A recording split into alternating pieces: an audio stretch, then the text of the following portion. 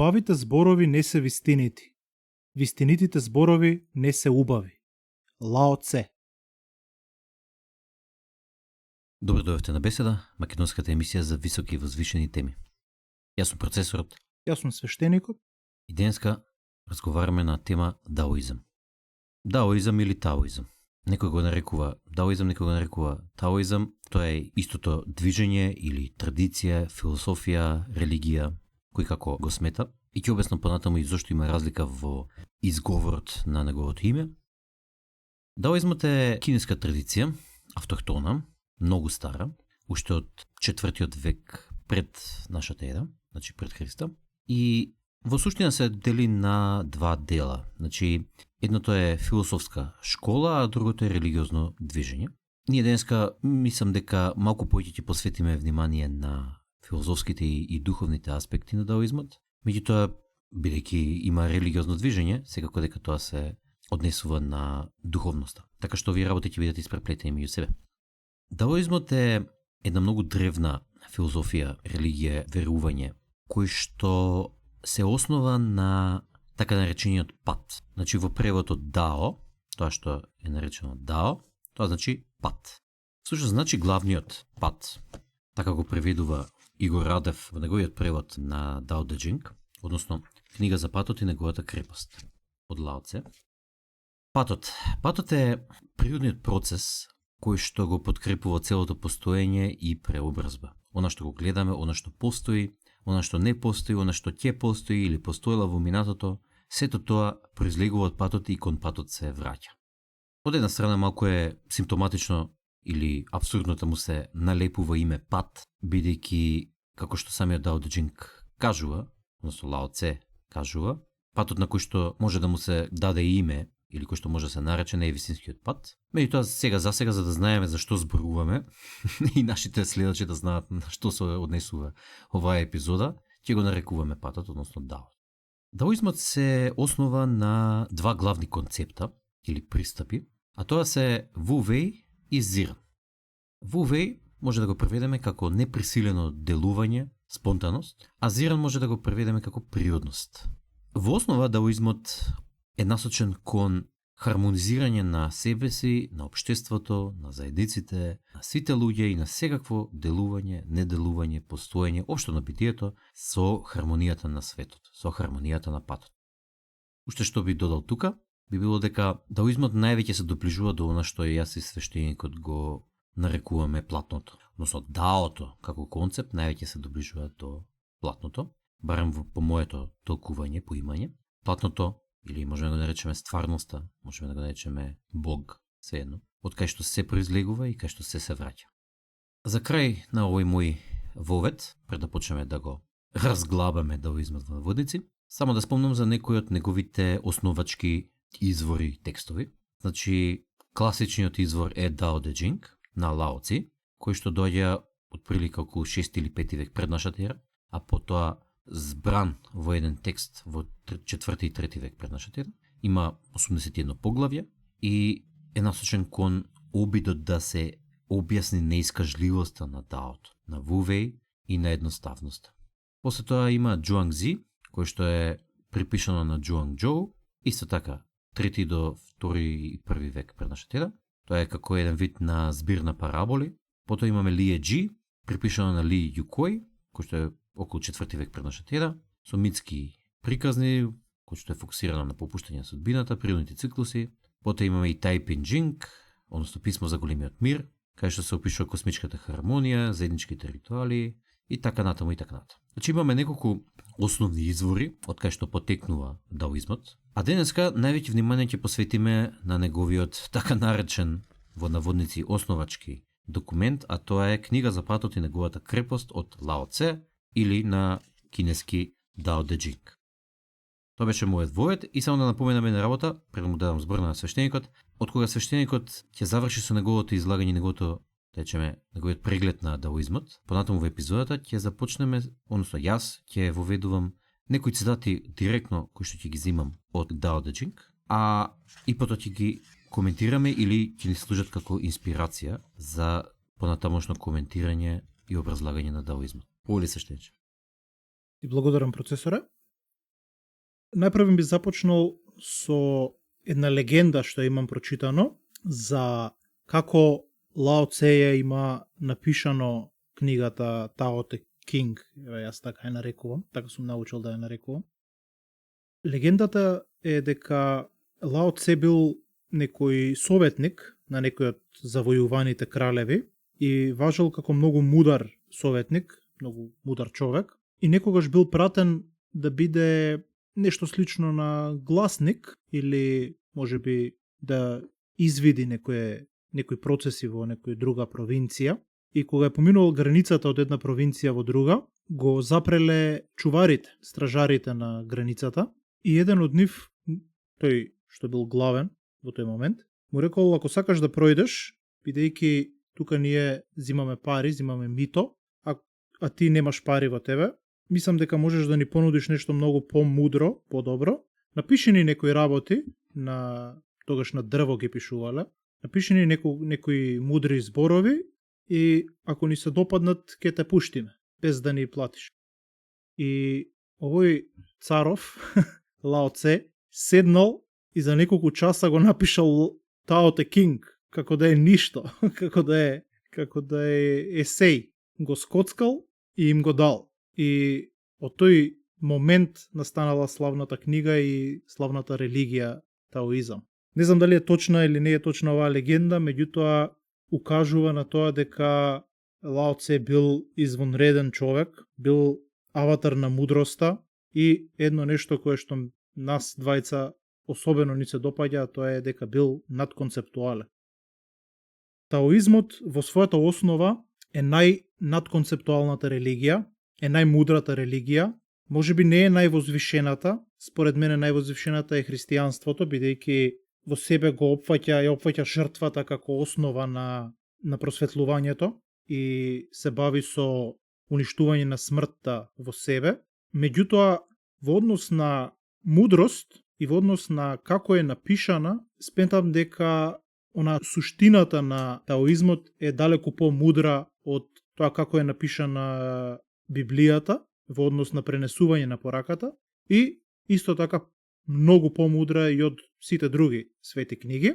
Тоа секако, повторно ќе кажам, не значи дека е подобра од нив, не значи дека содржи повеќе мудрости или дека е по-возвишена, меѓутоа дефинитивно според мене во себе содржи мудрости кои што се за сите ери напишани. Човек што живее пред 500 години, кој што живее пред 1000, 1500, 2500 години, ќе ги разбере овие мудрости на Tao Te King со ист интензитет и со иста, во него ќе разбудат иста вистина, како што би разбудиле вистина на луѓе кои што сега ќе ја прочитаат и на луѓе кои што би ја прочитале за 1000, 2000, 3000 години во иднина. Тоа е таа безвременска надконцептуална природа на Tao Te King и на таоизмот, што мене исклучително ми се допаѓа. И тоа е предност и за тоа вреди таоизмот да се изучи, без разлика од која религија припаѓаме и без разлика која филозофија и како размислуваме во животот, која филозофија не води. Сметам дека таоизмот барем основите на таоизмот мора да се изучат, ако сакаме да формираме еден возвишен начин на размислување. Сега, тоа не значи дека таоизмот останал таков чист, надконцептуален и суштински, како што можеби Лао Це го создал.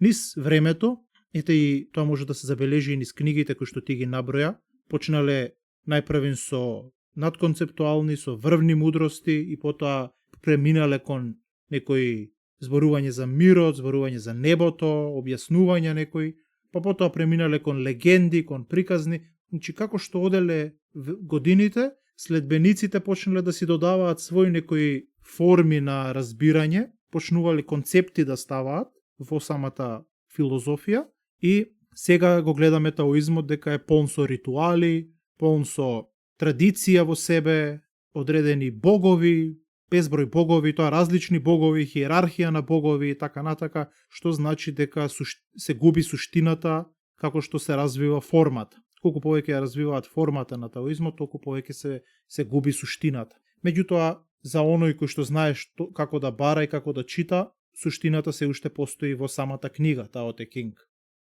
тука би завршил со моето мислење, мојот став за таоизмот. Сметам дека секој човек мора да ја прочита оваа книга. Секој човек кој што сака да се разбуди во однос на мудроста на универзумот која што постои и мора да им даде шанса на зборовите на Лао Це. Пред да започнеме со цитатите, само да спомнеме една работа, односно да ја објаснам разликата во читањето, зашто еднаш се кажува Тао Те Чинг, а еднаш се кажува Дао Те Чинг. Ова е техничка работа, меѓутоа мислам дека можеби некој од нашите следачи ќе го интересира.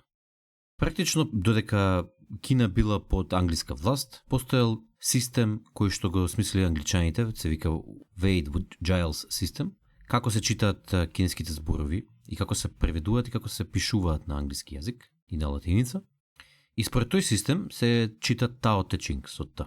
Меѓутоа понатаму, кога кинезите се ослободуваат од англиската власт и стануваат целосно независни, си го смислуваат така наречениот Пинјин стандард, свој стандард на тоа како се читаат нивните зборови, имиња и така натаму, според кој ова дело се чита Дао Де Чинг. Значи Пинјин е понов и Дао Де Чинг е поновото име и според кинезите е по-точно, да речем, по-прецизно или по-исправно, меѓутоа и двете имиња се сосема употребени.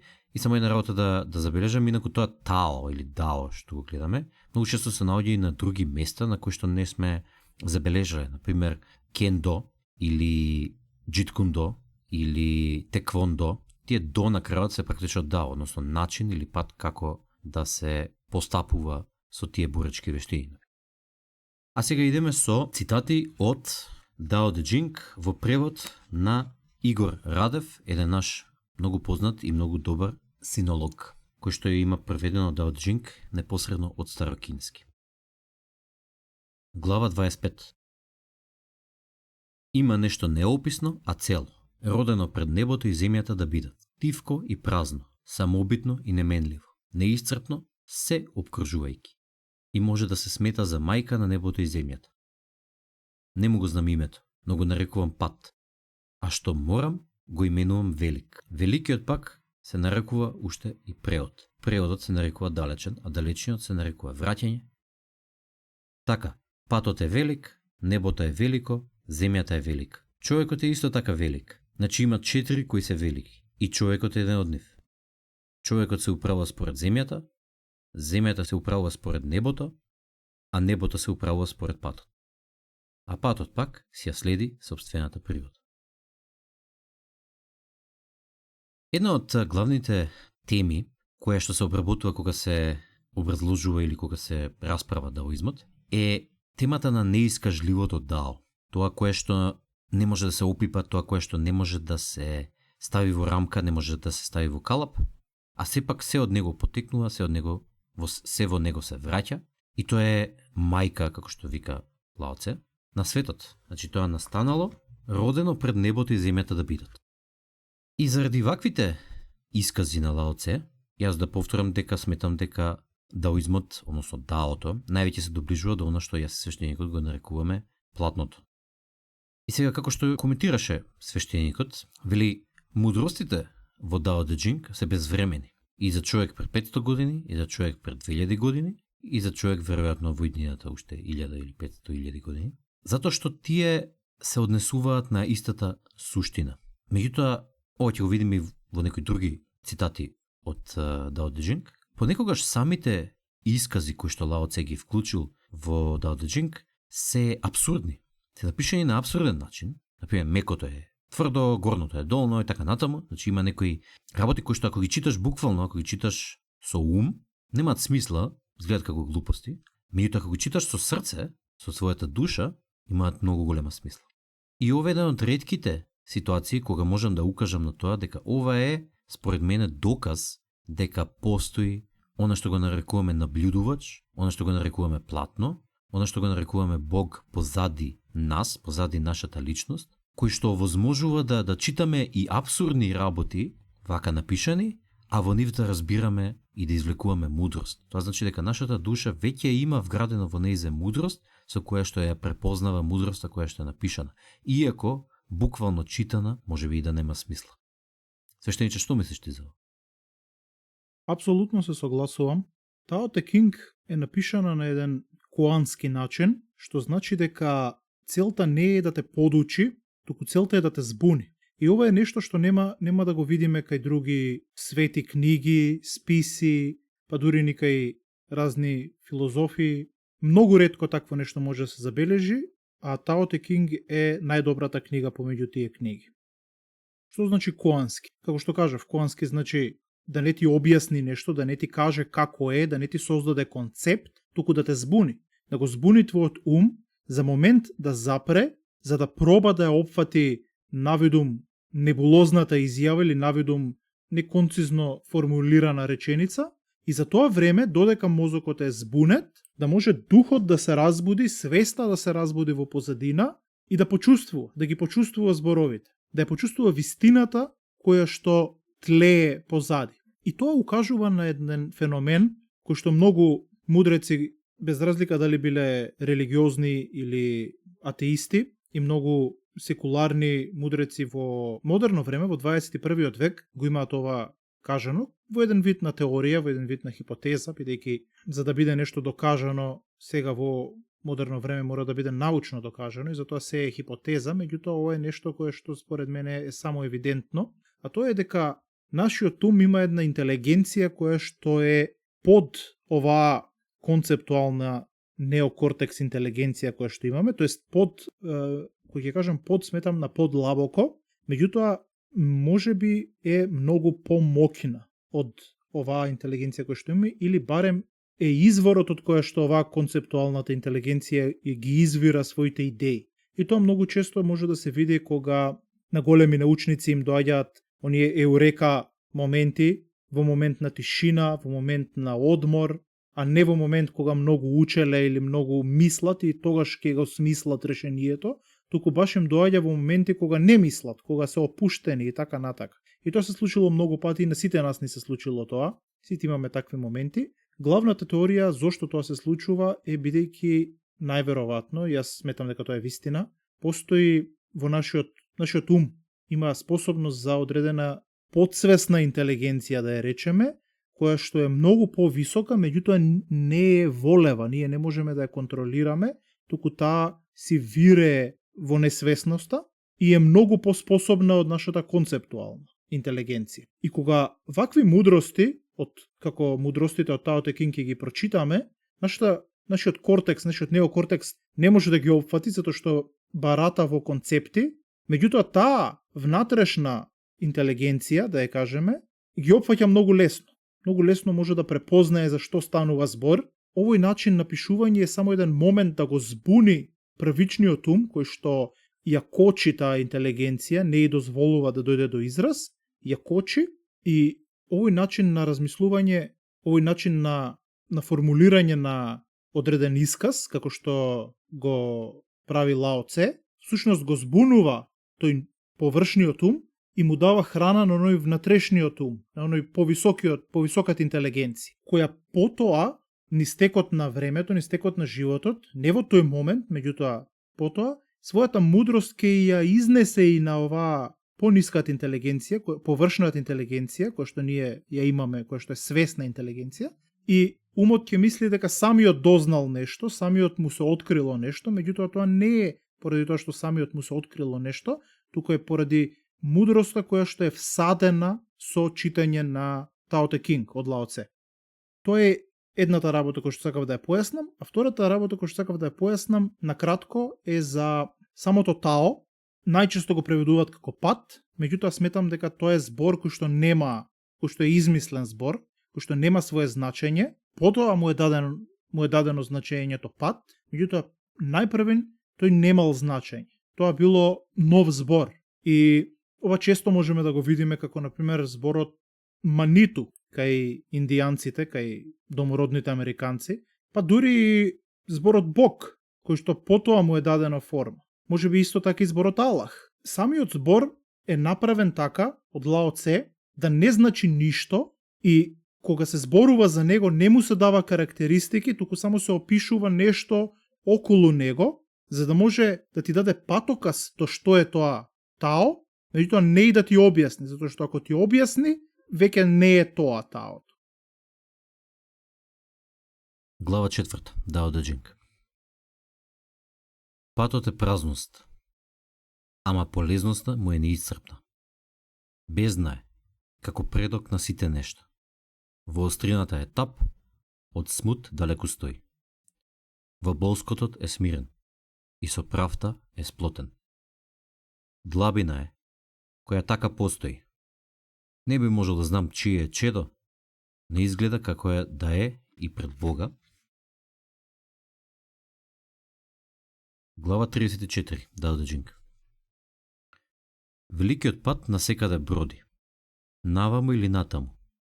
Сите нешта во него суштествуваат, и тој не ги отфрла. Преуспева така во својата цел, но не присвојува. Ги закрилува сите нешта, но не им се прави господар. Постојано е без изискување. Та може и да се нарече и мал. Сите нешта се враќаат при него, ама тој не им се прави собственик, па може да се именува и велик. Имено, токму бидејќи не се прави велик, тој возмогнува да биде велик. Ево овој втор цитат кој што сега го прочита, ако добро размислиш, се поистоветува со целото учење на христијанство, каде што Бог дава слободна волја, не дава наредби како мораш да бидеш, како треба да бидеш, тој дава совети, ти си ја одлучуваш сам својата судбина и на крај повторно се враќаш кон него. Меѓутоа тој не ти вели ти беше добар поради мене или беше лош поради мене, туку ти вели еве ти беше ваков, се врати, ова е твојот производ. Сметам дека и двете религии го кажуваат едното исто на различен начин. И јас со тебе апсолутно се согласувам. Вака кога зборуваше, знаеш, ете и претходно коментиравме, а и претходно имаме коментирано за кај дошол Библијата, од кај дошол Дао Де Джинг, кој го напишал, од кај дошол Бхагават Гита, од кај дошол Куранот, и другите религиозни книги, другите свети писма. И некој би можел да каже, знаеш, како може сега да има различни свети писма? Како може да има различни религии? Нели ето е еден Бог или една суштина на истото? Зашто Бог на еден му кажал една работа, на друг му кажал друга, трета и така натаму? И јас вака го толкувам тоа. Јас сметам дека сите тие се навистина свети писма. Јас сметам дека сите тие луѓе кои што ги напишале, кои што ги собрале во еден збир, да бидат како книга, тие биле просветлени луѓе. Тие добиле просветлување. Меѓутоа, ние како луѓе сме ограничени суштества за разлика од Бог, за разлика од Даото, кој што е безвремено, безгранично, семоќно, сеприсутно. И ние како ограничени суштества, колку и да се просветлиме, бидејќи сме ограничени, само малку можеме да разбереме од истото. Ние може да го осеќаме тоа, нашата душа го знае. Ако си го затнеме мозокот и почнеме да наблюдуваме, односно се преповрзаме повторно со наблюдувачот во нас, ние ќе видиме што е суштината на животот. Ќе ни се врати, ќе се сетиме, зашто тоа е цело време тука со нас, само понекогаш го забораваме. И така и се просветлуваме, тоа е всушност патот на просветлението. Медитацијата не е идејата да стигнеш некаде, медитацијата да се вратиш назад кон оно што веќе го знаеш. Тоа е, според мене, идејата на секоја духовна работа. Меѓутоа, ти како човек имаш спознание, ќе се стекнеш со спознание, ќе ја видиш вистината, меѓутоа тоа што можеш да го опишеш и тоа што можеш да го сватиш прво пред да го опишеш, е многу малку. И ти ќе напишеш нешто, ќе напишеш Библија, ќе напишеш Дао Де Джинг, ќе напишеш Бхагават Гита, ќе напишеш Куран, ќе почнеш да зборуваш како Буда, па ќе ти го запишат твоите апостоли на Буда. Истото, па после ќе го пренесат некому. Значи, ќе го запишат тоа, ќе го кажат тоа, и тоа сите тие укажуваат на истата работа, меѓутоа кој колку сватил и како го сватил. Значи, истовремено е света книга, и Библијата, и Куранот и така натаму, меѓутоа истовремено не е совршена света книга. Туку опфаќа дел од вистината, а самата вистина е неискажлива, исто како Дао Де Джинг. Односно Лао Цзе што вика, таото на кој што можем се стави име не е вистинското тао, или кој што може се искаже не е вистинското тао. Токму така, не можеш совршено да го искажеш во земски човечки зборови и концепти. И заради тоа јас и свештеникот постојано се залагаме за воведување на она надконцептуалност, што ја спомна и тој. Значи тоа е за да не се врзуваш за концептите, бидејќи очигледно е дека тие не може да изразат се. Не се совршени. Најсовршените концепти не може да ги изразат тоа што душата го збори и го знае. Тоа што Бог го создал и наблюдувачот го може да го поима. Читајќи го Дао Де Джинг или читајќи ја Библијата или која да е друга духовна книга. Па и слушајќи разноразни гуруа, светци и така натаму. И уште една работа сакав да искоментирам. Свештеникот рече една многу интересна работа, а тоа е дека во цитатите кои што ги прочитавме, Лао Це користи куански пристап. Инаку за тие кои што не знаат, па да свештеникот го објаснува. Куан е еден вид на замка. Обично е искажен, ама може да биде и постапка. И идејата негова му е да го збуни умот, за да застане умот, да се заглави и за да може конечно да се слушне душата. Затоа што мудроста лежи во душата, не во умот. Умот е само толкувач, меѓутоа мора прво душата да го осознае тоа што го гледа. Например, класичен будистички коан е како звучи една рака која што ракоплеска. Едноставно една рака не може да ракоплеска, меѓутоа идејата е да го збуни умот, за да се заќути умот привремено, за да почнете да ја слушате душата. Така и Тао Де Чинг настапува со вакви коански пристапи, со збунувачки текстови, абсурдни. Идејата му е да ви го збуни умот, за да почнете да ја слушате душата. И тоа ме потсети на приказната и начинот како Сидарта се просветлува, кој што е многу сличен со начинот како Буда се просветлува. Имено Херман Хесе се инспирирал од приказната на Буда, меѓутоа напишал приказна за напореден лик кој што живее во времето на Буда и кој што ќе се сретне со Буда во Сидарта, книгата, меѓутоа си го тера својот пат. И Сидарта, иако ќе оди кон екстремен аскетизам, па после тоа ќе го напушти истиот, па ќе оди кон екстремна блудничење и хедонизам, на крајот, со самото тоа што ќе се качи во еден чамец, каде што еден рибар ќе го треба да го превезе преку реката, и така, гледајќи ги брновите и слушајќи ја реката, ќе се просветли на лице место. Сосема спонтано, сосема неочекувано, безнамерно.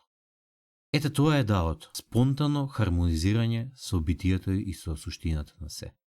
Сидарта, сосема неочекувано, во момент кој кога апсолутно не очекувал тоа да му се случи, се просветлува. И тука можеме да осознаеме која е суштината на Дао Де Чинг, односно на даоизмот. Да станеме хармонични, да станеме ускладени со целото постоење и нашето делување да биде апсолутно без напор, да биде неделување и така ќе допираме многу повеќе до мудроста и до суштината на живењето, односно до даото, и така ќе тргнеме или ќе го постигнеме просветлувањето. Многу убаво кажано. Што би додал тука? Па би додал дека начинот на кој што тоа ќе го направиме е само преку прифаќање на тоа што е во сегашниот момент. А тоа прифаќање за да може да биде целосно, она што не ти го кажува никој, не го кажуваат гуруата, можеби затоа што или не се доволно свесни за тој момент, или затоа што можеби е премногу интелектуален, можеби е премногу тежок, не е важно. Целта на цело во ова духовно патување е прифаќање на сегашниот момент. А како тоа се остварува е преку намалување на идентификацијата со мисли. Да се намали идентификацијата со мислите, значи да се уништи егото во себе. И тоа може да се направи само на еден начин, а тоа е со тоа што мислите ќе запрат или ќе се намалат во огромен процент. Нема друг начин. Има многу патишта до тоа да се стигне. Има пат, не знам, молитва, медитација, има пат љубење на Бога, преку љубење на Бога, има пат преку служење на други луѓе, има преку некој невиден аскетизам или преку проживување на животот. Ете, некои луѓе така прават, си ги тонат во хедонизам, се додека не си ги остварат сите своји желби, не видат дека све е беззначајно и така натака. Има безброј патишта. Секој човек измислува, може да измисли свој пат, свој начин. Многу од нив и не функционираат, многу од нив делумно функционираат и така натака. Меѓутоа, целта секогаш е една иста, да ти запрат мислите. Кога мислите ќе запрат, кога умот ќе биде збунет и ќе прекине да мисли, се губи силата на егото. Зашто егото е купче на мисли, куп од мисли, кој што има создава своји мемории за минатото, желби за еднината, начин на гледање на светот, и се тоа е еден вид на превес, еден вид на, може да ги кажеме, очила, низ кој што ја гледаме реалноста. Реалноста е сегашниот миг, затоа што ние само така ја искусуваме реалност. Ние не ја искусуваме реалноста вчера или утре, само сега. Само сега е тоа што е. седиш и гледаш нешто, седиш и слушаш нешто. Само тоа постои во моментов. Се друго е проекција. Утре што ќе јадам, вчера каде бев, се тоа е проекција на умот. Постои само сега и овде. Тоа е таото всушност. Тоа е таото. Таото е сегашниот миг, кој што е бескраен. Утре ќе биде сега. Вчера било сега. Секогаш ќе биде сега. Кога умот ќе престане со проекции, кога ќе престане со обојување на светот, кога ќе престане со сеќавање на тоа како беше, тогаш ќе се разбуди. Ќе стане тишина во него и ќе почне да функционира од онаа внатрешна интелигенција која што ја кажав. Од онаа духовна интелигенција, вистинска. Тогаш ние ќе бидеме споени со таото. Тогаш таото ќе живее преку нас. Тоа е вистински живот. Тоа е правилен живот. И тогаш надконцептуалноста дури е ниска работа, веќе не е ни нешто за кое што треба да се гордееме. Тоа е на ниво на градинка, бидејќи кога живееш апсолутно холистички, просветлено, во сегашниот миг, за тебе постои само вистината и ти си вистината. И постои само љубовта, затоа што ти немаш идентификација, не велиш јас сум ова, јас сум она. Се што гледаш околу тебе си ти. Ти си целото добро на светот, целото зло. Бидејќи не постои веќе ти, постои само искусување. Што и да видиш, си ти. И тоа е оној момент што го кажуваат и во хиндуизмот како самади. Они велат врвното самади е кога ти ќе се видиш себе си како целиот свет. И многу луѓе, па и луѓе што ги познавам, сметаат дека тоа е еден некој вид на искуство, кога ќе седне, ќе медитира и ќе почне да се гледа себе си како дрво или како животно и мисли дека тоа е тоа. И тоа не се работи, тоа е халуцинација, тоа се глупости. Дури и да успееш такво нешто да направиш, тоа нема да биде толку високо како она каде што ти нема да постоиш. Нема да постоиш како ентитет, туку ќе постоиш како чист живот, како постоење. Ете тоа е таото, според мен. Дао Де Джинг, глава 33. Оној што ги познава другите е мудар. Тој што се спознал себе си е просветлен. Оној кој ги победува другите е силен, а тој кој се победил себе си е моќен. Оној кој пак знае за умереност е богат. И кој е истрен поседува волја. Оној кој не си го губи стоелиштето обстојува. Тој што и во смртта не умира, долгоденствува. Глава 40. Враќањето е движење на патот. Кревкоста е својственост на патот. Сите нешта во светот родени се од она што е. Она што е, пак, роден е од она што не е. И глава 47. И не излегувајќи од дома, можеш да знаеш се за светот.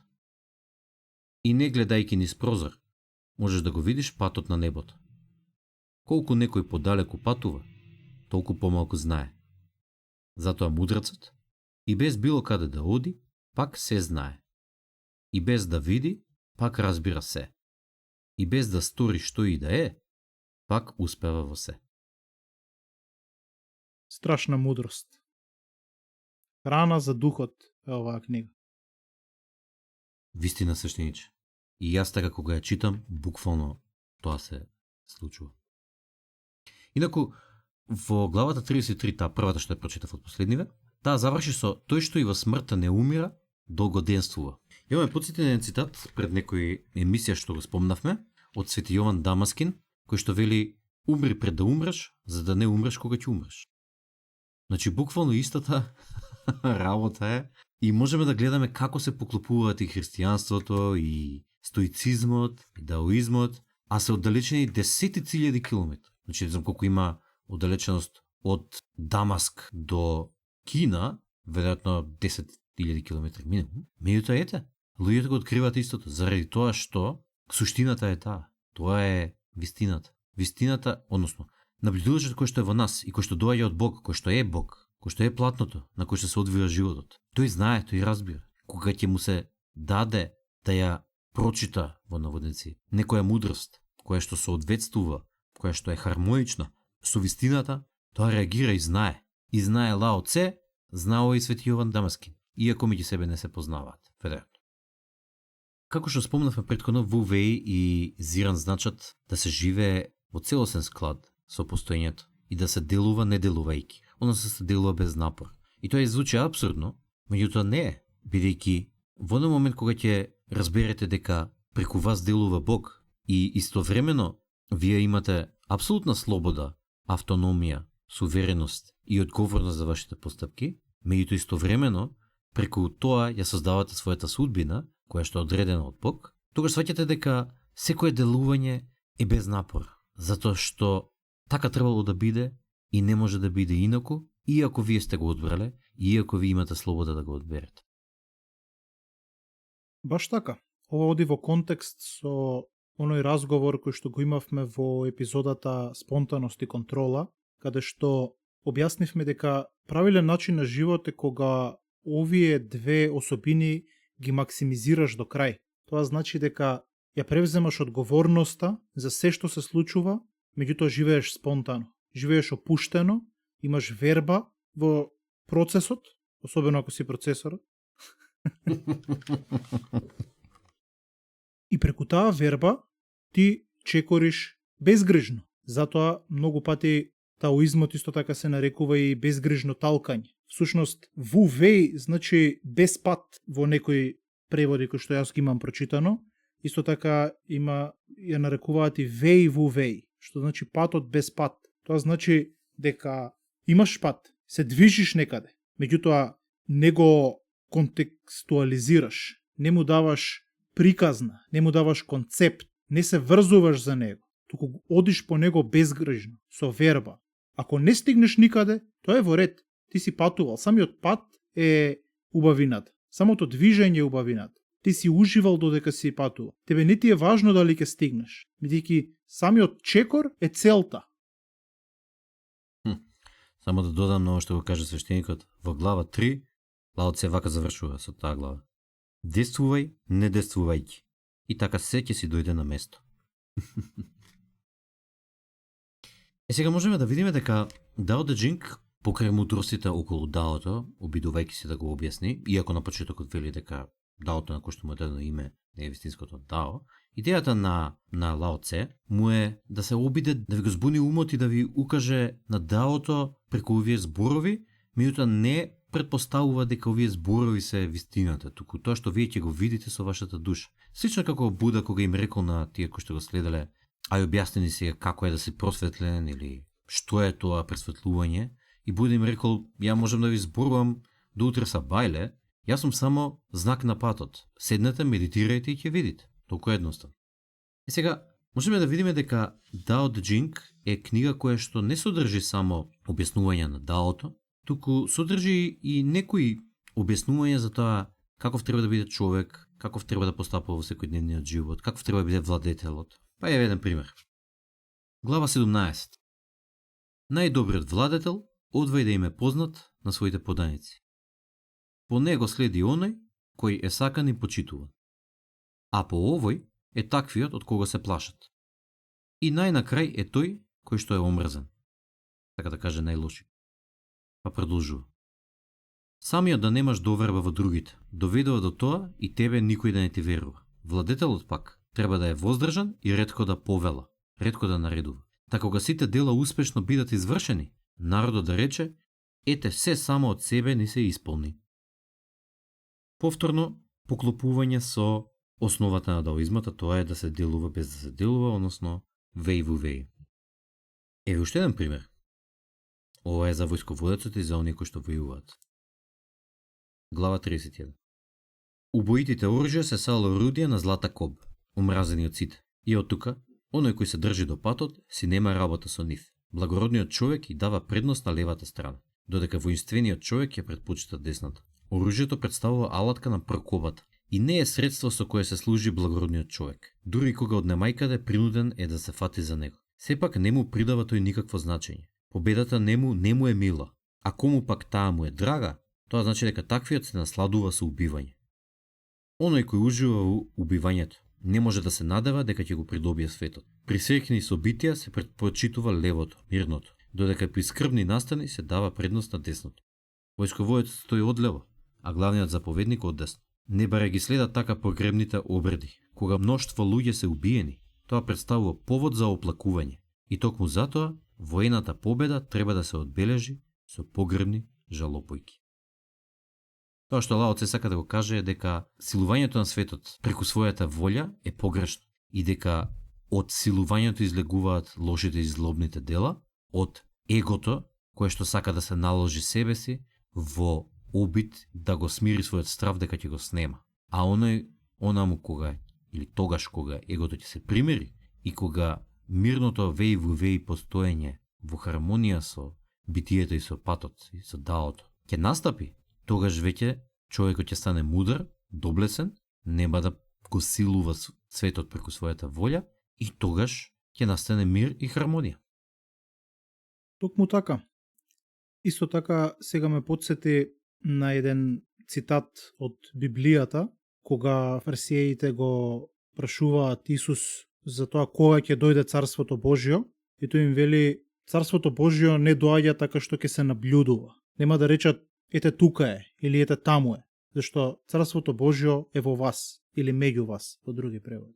Ова, ако го погледнеш со малце по-мудар приод, ако не го гледаш ригидно и ревносно, можеш да видиш дека се станува збор за истото нешто кое што го кажува Лао Цзе, кога вели таото кое што може да биде кажано не е вистинското тао. Всушност, и едниот и другиот покажуваат кон она бескрајна, невозможно да се објасни димензија која што постои во нас. Не може да се објасни, не може да се мисли, не може да се каже, но може да се почувствува. Всушност не може ни да се почувствува, бидејќи таа е и отсуство на чувство. Меѓутоа постои во еден вид на живот, таа е животот. Може да се искуси на тој начин кога нема да се мисли и нема да се чувствува. Кога има празнотија во нас, тогаш ќе го почувствуваме таото. И тогаш ќе го почувствуваме и Царството Небесно, кое што е во нас.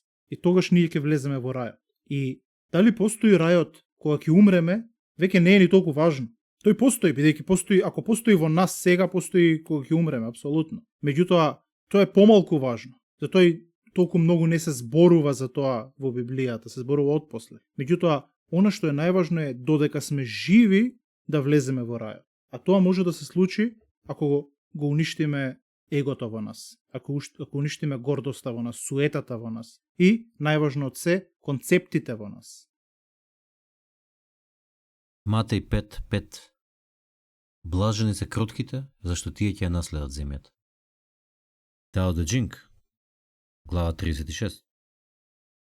За нешто да се собере, тоа првин треба да се развлече. За нешто да се омекне, тоа најпрвин треба да се зајакне. За нешто да се отфрли, тоа првин треба да се востанови. За нешто да се прими, тоа најпрвин треба да се даде. Ете, ова се вика проникливо расудување. Мекото и кревкото го совладуваат цврстото и силното.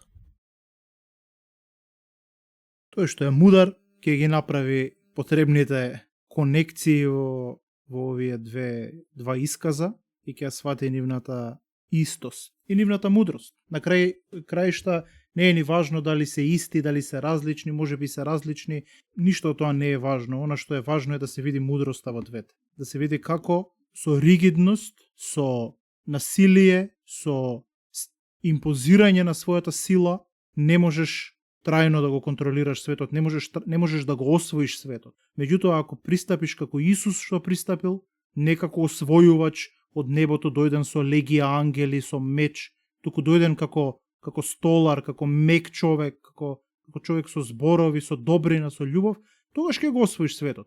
Тогаш ќе го владееш светот за секогаш. Зашто тие се кралевите кои што се богоугодни. Тие имаат само доверба. Тие се алфа мажијаци, меѓутоа не се тирани, не се злобни луѓе, не се горделиви, туку водат од позади. Слабак би бил човек кој што, кога ќе му речат ќе те распнеме, ако не се откажеш, ќе се откаже. Меѓутоа Исус не се откажал и не се исплашил од ништо. Додека кралевите кои што владееле со сила, цело време се плашеле. Се плашеле дури од послабите од нив. Меѓутоа Исус не се исплашил. И тоа е начинот на живот кој што Лао Цзе го објаснува во таоизма. Тао Де Џинг, глава 40. Враќање движење на патот. Кревкоста е својственост на патот. Сите нешта во светот се родени од она што е.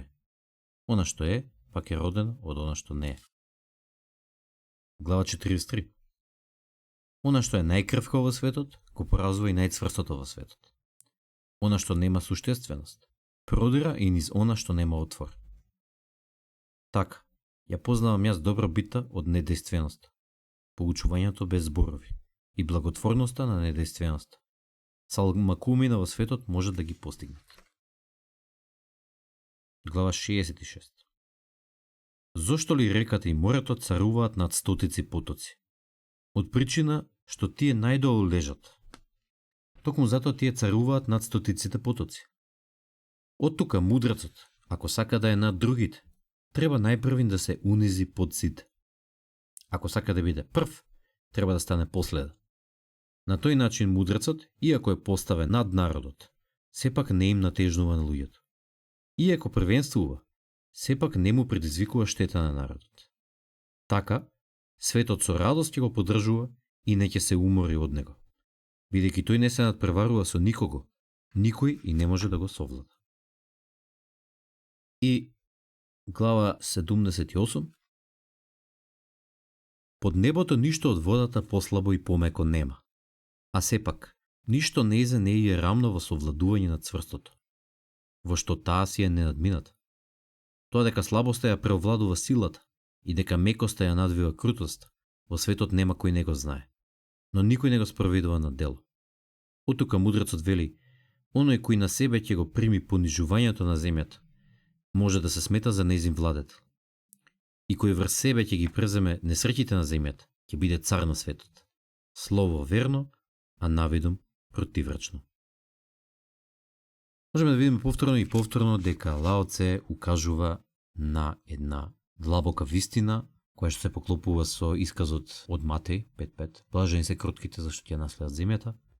А тоа е дека постоењето е многу лесно и кој изгледа неизмерно тешко. Затоа што ви изгледа неизмерно тешко, затоа што сметате дека сте смртни и дека има крај. А впрочем само треба да се сетите дека сте безсмртни, дека немате почеток ни крај, дека вие сте Бог, дека вие сте платното, само сте се изјавиле во овој облик сега, и дека враќањето кон ова спознание, враќањето кон хармонија и ускладеност со ова на душевно ниво е тоа што ќе ви донесе вечен мир. И тоа што ќе ве умре пред да умрете, за да не умрете кога ќе умрете, како Јован Дамаскин, и тоа што ќе ви донесе просветление додека сте живи, како што ќе рече свештеникот.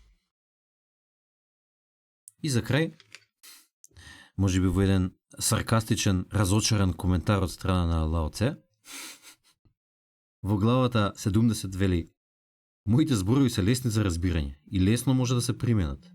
Меѓутоа во светот нема никој кој ги разбира. Нема никој кој ги применува. Зборовите ми се со древност, делата добро управувани.